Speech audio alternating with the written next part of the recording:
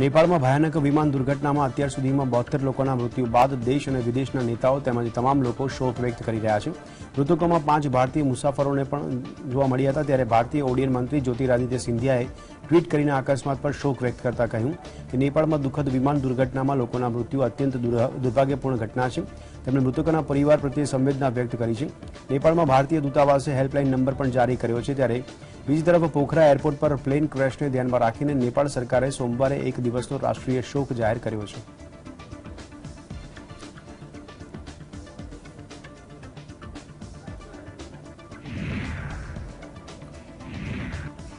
ઉત્તરાખંડના જોશીમઠમાં જમીન ધસી જવાનો ખતરો સતત વધી રહ્યો છે। શનિવારે જોશીમઠની વધુ 22 ઇમારતોમાં તિરાડો દેખાઈ હતી। આ રીતે હવે આવી ઇમારતોની સંખ્યા વધીને 782 થઈ ગઈ છે। દરમિયાન જોશીમઠમાં જમીન ધસી જવાને લઈને વધુ એક મોટો ખુલાસો સામે આવ્યો છે। આ ગ્રાઉન્ડ સર્વે મુજબ કેટલાક ભાગોમાં 2.2 ફૂટ એટલે કે 70 સેન્ટીમીટર સુધી જમીન ધસી ગઈ છે। થોડા દિવસ પહેલા ઇસરોએ તેના અહેવાલમાં 7 મહિનામાં 9 સેન્ટીમીટર જમીન ધસવાની વાત કરી હતી। ગ્રાઉન્ડ સર્વેનો આ રિપોર્ટ ઇસરો કરતાં પણ વધુ ડરામણો છે। જોશીમઠના સેંકડો ઘરોમાં તિરાડો અટકવાનું નામ નથી લઈ રહી અને રાહત શિબિરોમાં આશરો લઈ રહેલા લોકો સરકાર તરફ જોઈ રહ્યા છે। પ્રશાસનની ટીમ લોકોને સલામત સ્થળે લઈ જઈ રહી છે। ત્યારે એક વરિષ્ઠ અધિકારીએ જણાવ્યું હતું કે જમીનની તપાસ જીપી કોલોનીના બેડમિન્ટન કોર્ટની અંદર ને તેની આસપાસમાં સ્પષ્ટ દેખાય છે, જ્યાં 70 સેન્ટીમીટર સુધી ઘટાડો થયો છે। ઇસરો દ્વારા તૈનાત કરવામાં આવેલી રિમોટ સેન્સિંગ ટેકનોલોજી ભૂકંપ દરમિયાન થતા હોરિઝોન્ટલ ડિસ્પ્લેસમેન્ટ કરી શકે છે। ત્યારે જમીનની સપાટીમાં કોઈ ફેરફાર રિમોટ સેન્સિંગ દ્વારા શોધી શકાય છે, પરંતુ જમીનની નીચે શું થઈ રહ્યું છે તે જોવા માટે વિસ્તૃત ક્ષેત્રીય તપાસની જરૂર હોય છે।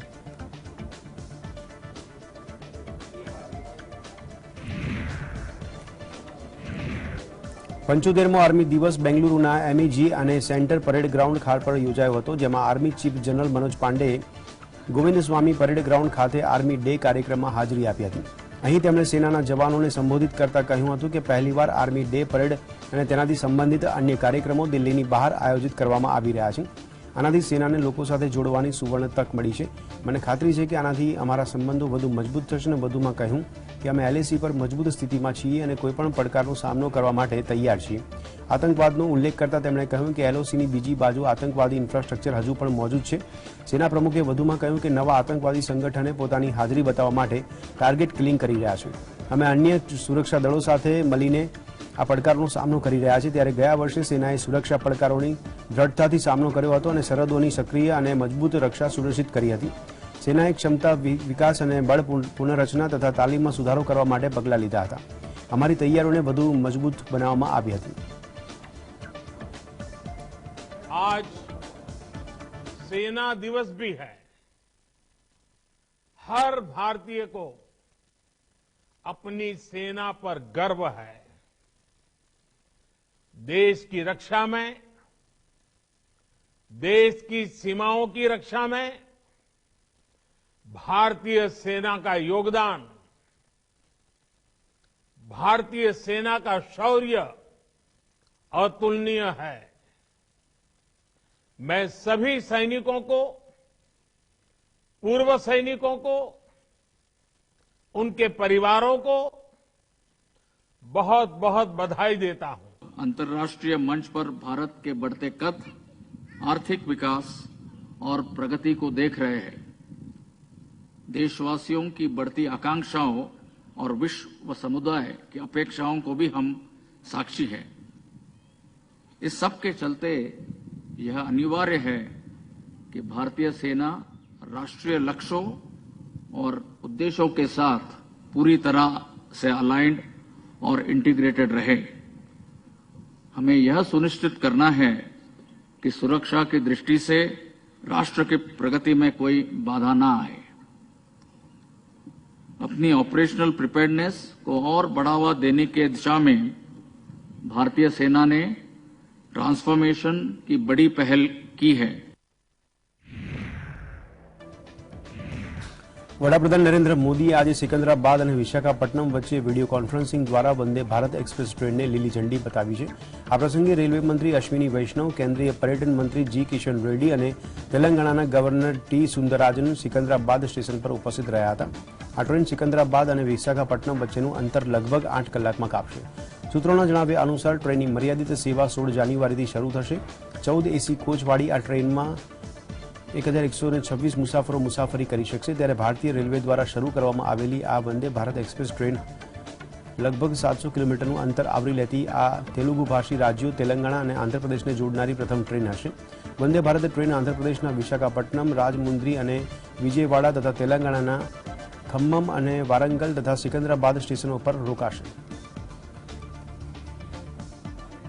वंदे भारत एक्सप्रेस एक तरह से तेलंगाना और आंध्र प्रदेश की साझा संस्कृति और साझा विरासत को जोड़ने वाली है. मैं तेलंगाना और आंध्र प्रदेश के लोगों को विशेषकर इन राज्यों के मध्यम वर्ग को, निम्न मध्यम वर्ग को, उच्च मध्यम वर्ग को वंदे भारत ट्रेन की बहुत बहुत बधाई देता हूं. વિદેશ મંત્રી એસ જયશંકરે ચેન્નઈમાં તુગલક મેગેઝિનના 53મા વર્ષગાંઠના દિવસે સંબોધન કર્યું હતું, જેમાં વિદેશ મંત્રીએ ચીનને લઈને મજબૂત પ્રહારો કર્યા હતા. તેમણે કહ્યું હતું કે ભારત સીમા પારના પડકારોથી ડરતું નથી, તે કોઈપણ પરિસ્થિતિને લઈને તૈયાર છે. તમામ દેશોમાં રાષ્ટ્રીય સુરક્ષાની કસોટી થઈ રહી છે, પરંતુ ભારત માટે તે કંઈક વધારે જ છે, જેમાં બળવાખોરી અને યુદ્ધથી લઈને સરહદ પારના આતંકવાદ, ખાસ કરીને આતંકવાદનો સમાવેશ થાય છે. તેમજ એલએસી પર ચીનની હરકતો અંગે વિદેશ મંત્રી એસ જયશંકરે પ્રહારો કર્યા હતા. વિદેશ મંત્રી એસ જયશંકરે ભારત ચીન પર પ્રતિક્રિયા આપતા કહ્યું હતું કે દુનિયાએ જોયું છે કે ભારત એવો દેશ છે જેના પર કોઈ પણ દબાણ કરી શકે નહીં. ચીન સમજૂતીઓનું ઉલ્લંઘન કરીને મોટી સંખ્યામાં સૈનિકો તૈનાત કરીને યથાસ્થિતિ બદલવાનો પ્રયાસ કરી રહ્યું છે, ત્યારે સરહદ પર તૈનાત ભારતીય દળો ખરાબ હવામાનમાં સરહદની સુરક્ષા કરી રહ્યા છે. These have ranged from insurgencies and wars to cross-border terrorism, especially terrorism. Our long-suffering approach had, however, created the danger of normalizing terrorism. That is why Uri and Balakot sent a much-needed message. On the northern borders, China is today seeking to change the status quo by bringing large forces in violation of our agreements. Despite the COVID, remember this happened in May of 2020, despite the COVID, our counter response was strong and firm. These troops deployed in the thousands safeguard our frontiers in the most extreme terrain and the harshest weather. And it continues to this day. So India matters because the world sees that this is a nation that will not be coerced. કેન્દ્રીય મંત્રી નીતિન ગડકરીને જેલમાંથી ધમકી આપવામાં આવી રહી હતી. Police તપાસમાં ખુલાસો થયો છે કે આ ફોન કરનાર કુખ્યાત ગેંગસ્ટર જયેશ પૂજારી છે, જે કર્ણાટકની બેલગાવ જેલમાં બંધ છે. તેણે જેલની અંદર ગેરકાયદેસર રીતે ફોનનો ઉપયોગ કરીને ગડકરીને ઓફિસે ધમકી આપી હતી. વર્ષ 2016માં જયેશ એક વખત જેલ તોડીને ફરાર થઈ ગયો હતો અને આ પહેલા પણ તે જેલની અંદરથી ઘણા વરિષ્ઠ અધિકારીઓ અને અન્ય લોકોને ધમકી આપી ચૂક્યો છે. પોલીસ હવે સમગ્ર મામલાની તપાસ કરી રહી છે અને એ જાણવાનો પ્રયાસ કરી રહી છે કે આ ધમકી પાછળ માત્ર જયેશ પૂજારીનો હાથ છે કે પછી તેની પાછળ અંડરવર્લ્ડની કોઈ મોટી ગેંગ છે.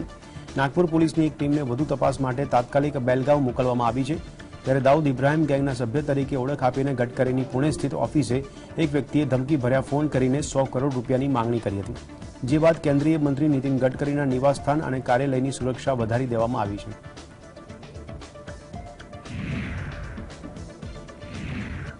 આરજેડીના પોસ્ટરને લઈને હવે નવો વિવાદ ઉભો થયો છે. આરજેડીના પોસ્ટરમાં પહેલીવાર નીતિશ કુમારની તસવીર જોવા મળી છે, જેમાં નીતિશ કુમારને કૃષ્ણ અને રામ તરીકે બતાવવામાં આવ્યા છે, જ્યારે દેશના વડાપ્રધાન નરેન્દ્ર મોદીને રાવણ અને કંસ તરીકે દર્શાવવામાં આવ્યા છે, જે તસવીર સામે આવતા ભારે વિવાદ સર્જાયો છે.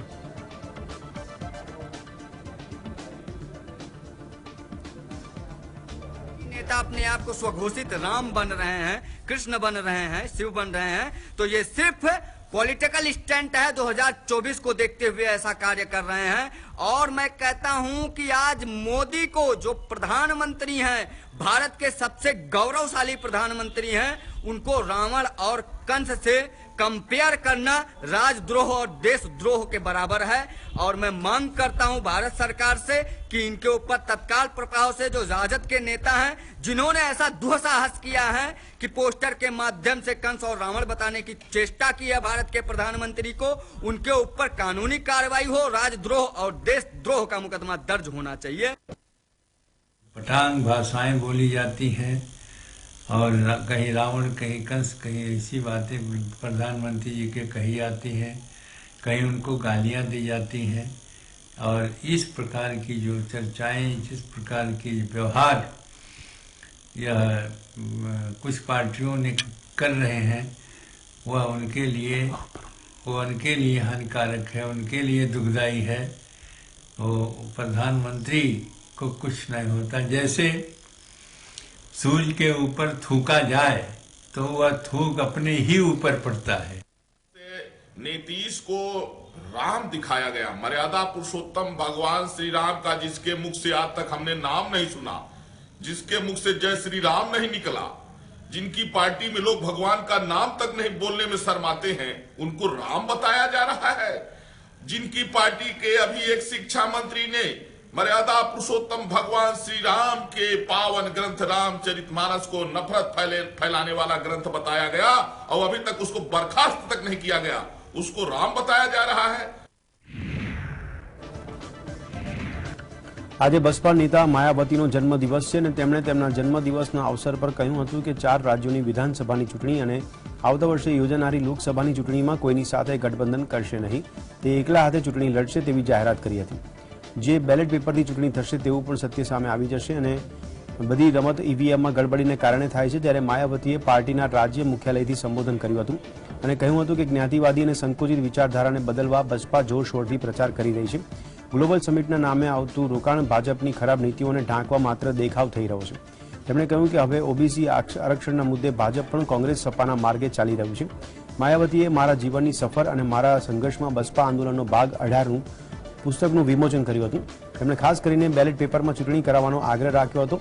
તેમણે કહ્યું કે જ્યારે બેલેટમાં ચૂંટણી થઈ છે ત્યારે બસપાને સારો જનસંપર્ક મળ્યો છે, ઈવીએમ આવ્યા પછી જ ગડબડી ચાલુ થઈ છે।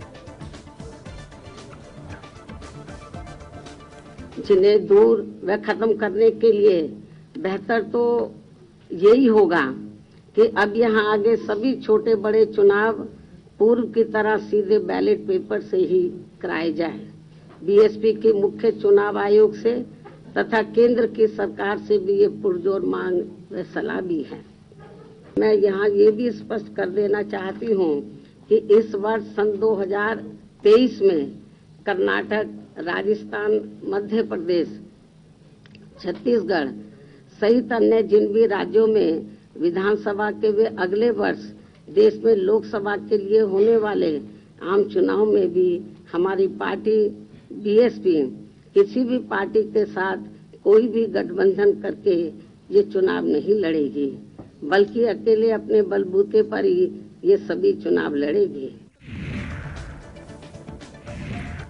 દિલ્હી પોલીસના સ્પેશિયલ સેલે જણાવ્યું છે કે જહાંગીરપુરીથી ધરપકડ કરાયેલા બંને શકમંદોના આતંકવાદી સંગઠનો સાથે સંબંધ છે। આરોપી નૌશાદ આતંકવાદી સંગઠન હરકત ઉલ અંસાર સાથે સંકળાયેલો હતો। હત્યાના 2 કેસમાં તેને આજીવન કેદની સજા ફટકારવામાં આવી છે। તેને એક્સપ્લોઝિવ એક્ટ કેસમાં 10 વર્ષની સજા પણ થઈ છે। જ્યારે જગજીત સિંહ ઉર્ફે જગ્ગા કુખ્યાત બંબીહા ગેંગનો સભ્ય છે। તે ઉત્તરાખંડમાં એક કેસમાં હત્યા કેસમાં પેરોલ પર બહાર છે। બંને શકમંદો હાલમાં એ નથી જણાવી રહ્યા કે તેમણે કોની હત્યા કરી છે અને તેનું કારણ શું છે। સાથે જ ટીમ પુરાવાની મદદ અને ઇલેક્ટ્રોનિક પુરાવાના આધારે પણ તપાસ આગળ ધપાવી રહી છે। તપાસ ટીમને જાણવા મળ્યું કે ધરપકડ કરાયેલા આરોપી જગજીત સિંહ વિદેશમાં બેઠેલા ખાલિસ્તાની આતંકવાદીઓના સંપર્કમાં હતો, જ્યારે નૌશાદ આતંકવાદી સંગઠન હરકત ઉલ અંસાર સાથે સંકળાયેલો હતો। સ્પેશિયલ સેલ દ્વારા જ્યાંથી હેન્ડ ગ્રેનેડ મળી આવ્યો હતો તે ભાલવા ડેરી વિસ્તારમાં ઘરની નજીક રહેતા લોકોનું કહેવું છે કે બંને શકમંદો થોડા દિવસ પહેલા અહીં ભાડે રહેવા આવ્યા હતા અને તેથી તેમણે કહ્યું કે તેમનું ઘર બની રહ્યું છે, તેથી તેઓ અહીં ભાડે રહેવા માટે આવ્યા હોય તેવું કહ્યું હતું।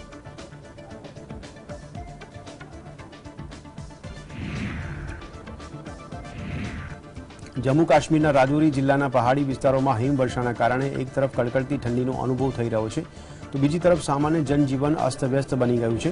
જિલ્લામાં કોતંત્રા, બુધલ, થંજામંડી તથા દારહાલ, બાંજકોટ અને તહસીલોના ઊંચા પહાડોમાં પહાડી તાલુકા મથકો પર હિમવર્ષા થઈ હતી। રાજૌરીમાં પ્રવાસે આવેલા સહેલાણીઓમાં ભારે ઉત્સાહ જોવા મળ્યો છે। જાણે કે રાજૌરીમાં સફેદ ચાદર છવાઈ ગયો હોય તેવા દ્રશ્યો આંખને ઠંડક આપી રહ્યા છે। ત્યારે તંત્ર દ્વારા પણ બરફ હટાવવાની કામગીરી હાથ ધરવામાં આવી છે અને નેપાળની સિવિલ એવિએશન ઓથોરિટી અનુસાર પ્લેનમાં કુલ 68 મુસાફરો અને 4 ક્રૂ મેમ્બર હતા। ત્યારે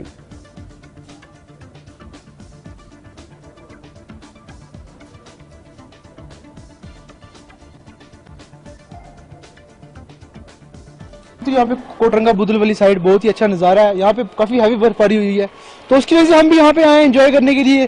तो काफ़ी अच्छा व्यू है यहाँ का। तो अब देख सकते हैं जैसे कि तो बहुत ही अच्छा नज़ारा है यहाँ पे। आप एक बार एक्सप्लोर करोगे तो आपको बार बार आओगे, 1 महीने में ही बार बार आओगे। जैसे कि कोटरंगा आओ, बुदल आओ, थना मंडी वाली साइड जाओ, ये तो कोटरंगा बुदल वाली साइड है। इससे आगे आप जा सकते हो और ज्यादा स्नोफॉल एक्सप्लोर करने के लिए बर्फ पड़ती है, व्यू अच्छा है, सब कुछ है। अब लोग आते हैं डायरेक्ट चले जाते हैं गुलमर्ग, पहलगाम, श्रीनगर वगैरह। वो तो चलो हाईलाइटेड जगह है, वो हैं घूमने के लिए, लेकिन उनसे भी अच्छी जो अनएक्सप्लोर्ड जगह है वो ये कोटरंगा वाली साइड की है, बुदल है और वो जगह है। यहाँ पीछे चले जाओ, पीछे सर आते हैं इतने, वहां पे हैं, वहां पे ट्रैकिंग के लिए लोग जाते हैं। जम्मू काश्मीर में सुरक्षा दलों और आतंकवादियों वच्चे एनकाउंटर शुरू थई गयुं हतुं। आ साथे समग्र विस्तारमां सर्च ऑपरेशननी कार्यवाही तेज करवामां आवी हती। आतंकवादीओने पकड़वा माटेना मार्गो पर सुरक्षा दळो तैनात छे। पोलीसने आतंकवादीओ होવાની माहिती मળી હતી અને મધ્ય કાશ્મીરના બડગામ જિલ્લાના મગામ વિસ્તારમાં રેડબગમાં આતંકવાદીઓ અને સુરક્ષા દળો વચ્ચે અથડામણ થઈ હતી।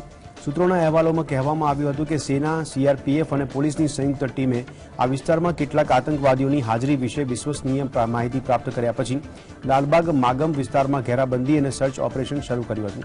પોલીસ અધિકારીએ કહ્યું કે મધ્ય કાશ્મીરના બડગામ જિલ્લાના રેડબગ મગામમાં આતંકવાદીઓની હાજરીની માહિતી મળી હતી અને આ પછી સંયુક્ત સર્ચ ઓપરેશન શરૂ કરવામાં આવ્યું હતું।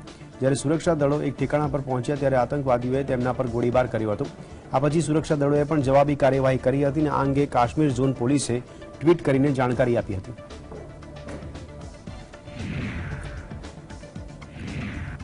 મધ્યપ્રદેશના ઇન્દોરમાં ગુલાબની 260 જાતોનું પ્રદર્શન યોજવામાં આવ્યું હતું।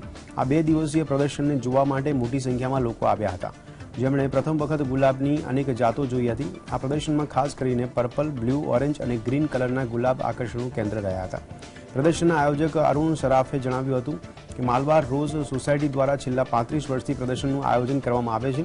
મુલાકાતીઓનું કહેવું હતું કે કોવિડ પછી બાગકામમાં લોકોની રુચિ જે છે ઘણી વધી ગઈ છે અને ઘણા મુલાકાતીઓએ અહીં પ્રથમ વિવિધ ફૂલો જોયા હતા।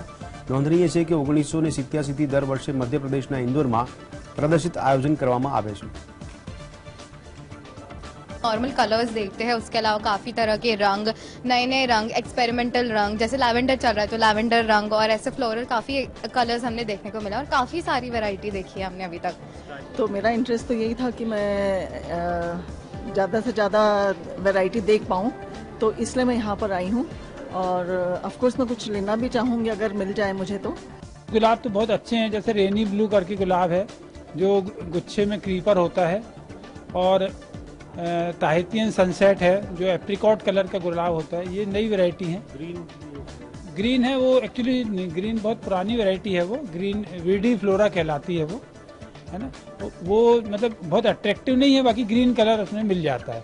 अपने इंदौर साइड ठंड कम होने के कारण से ब्लैक और अपन समझ लीजिए ब्लू शेड अपने यहाँ कम मिल पाता है, नहीं तो ब्लैक गुलाब काफ़ी डार्क जहाँ ज़्यादा ठंड होती है वहाँ मिल जाते हैं। उत्तर भारत में शीत लहर और तीव्र ठंडी વધવા લાગી છે અને આવી સ્થિતિમાં કાનપુરના રહેવાસીઓને 2 દિવસથી કડકડતી ઠંડીથી રાહત મળી હતી। બીજી તરફ રવિવારે મકર સંક્રાંતિના દિવસે ફરી એકવાર વાતાવરણમાં પલટો આવ્યો હતો। કાનપુરમાં જોરદાર ઠંડા પવનોને કારણે ફરી એકવાર શિમલા જેવો શિયાળો જોવા મળી રહ્યો છે। હવામાન વિભાગે પહેલેથી જ ચેતવણી આપી હતી કે 15 જાન્યુઆરીએ ફરી એકવાર બરફીલા પવનો ફૂંકાશે, જેના કારણે ઠંડક ફરી વધશે અને એટલું જ નહીં, કાનપુરમાં લઘુત્તમ તાપમાન ઘણું નીચું રહેવાની આગાહી પણ કરવામાં આવી હતી।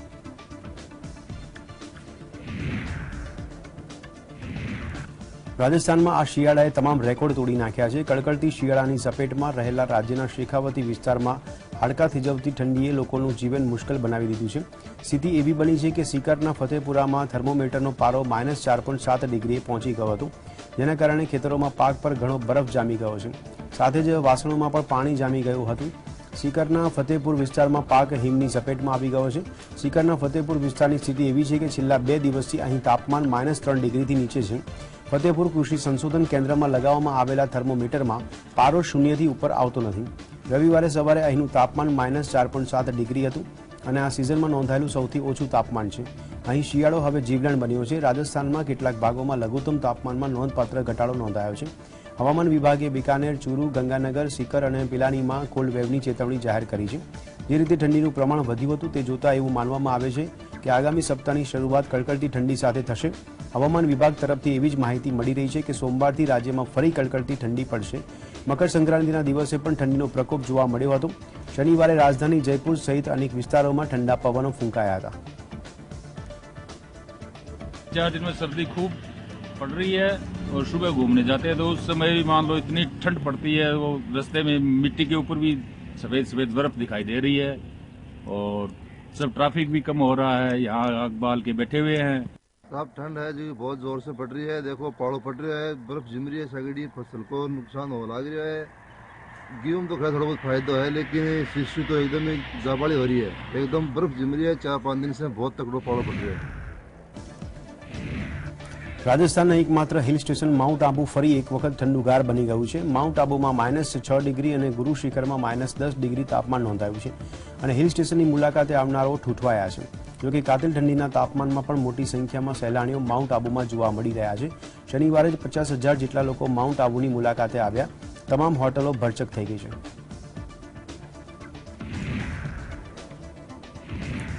દિલ્હી, એનસીઆર સહિત સમગ્ર ઉત્તર ભારતમાં ઠંડીનો પ્રકોપ યથાવત છે. ઉત્તર પશ્ચિમ દિશામાંથી ફૂંકાતા બર્ફીલા પવનોને કારણે દિલ્હીમાં ફરી એકવાર ઠંડીમાં વધારો થયો છે. આગામી દિવસોમાં કોલ્ડ વેવના કારણે લઘુત્તમ તાપમાન 4 ડિગ્રી સેલ્સિયસ સુધી પહોંચે તેવી શક્યતા છે. રવિવારે સવારથી જ ઠંડા પવનો ફૂંકાઈ રહ્યા હોય ત્યારે વધતી જતી ઠંડીના કારણે લોકોને મુશ્કેલીનો સામનો કરવો પડી રહ્યો છે. બરફથી ઢંકાયેલા પર્વતોમાંથી બર્ફીલા ઉત્તર પૂર્વીય પવનને મેદાન તરફ ફૂંકાવા લાગ્યા હોય.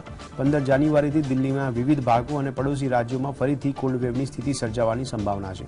બીજી તરફ મંગળવારથી 20 જાન્યુઆરી સુધી વિભાગે યલો એલર્ટની ચેતવણી જાહેર કરી છે. ધુમ્મસ અને શીત લહેરથી વિમાની સેવાને પણ વ્યાપક અસર પડી શકે છે. ત્યારે રાજધાનીમાં કેટલીક ફ્લાઇટ્સ પણ રદ થઈ છે તો કેટલીક ફ્લાઇટ ડિલે કરવામાં આવી છે, જેને કારણે મુસાફરોએ પણ પરેશાની ભોગવવાનો વારો આવ્યો છે. तो ठंड बहुत सारी भी है और कल इससे 2 दिन पहले तो इतनी ठंड थी कि हमें मतलब गाड़ी के लिए सुबह से शाम, शाम से सुबह इंतज़ार करना पड़ता था. गाड़ी वैसे भी काफ़ी लेट चल रही है कोहरे की वजह से, तो कोई काम दाम का भी ऐसा सिलसिला नहीं है. ठंड इतनी है कि हमें मतलब बहुत ज़्यादा ठंड लगती है रात.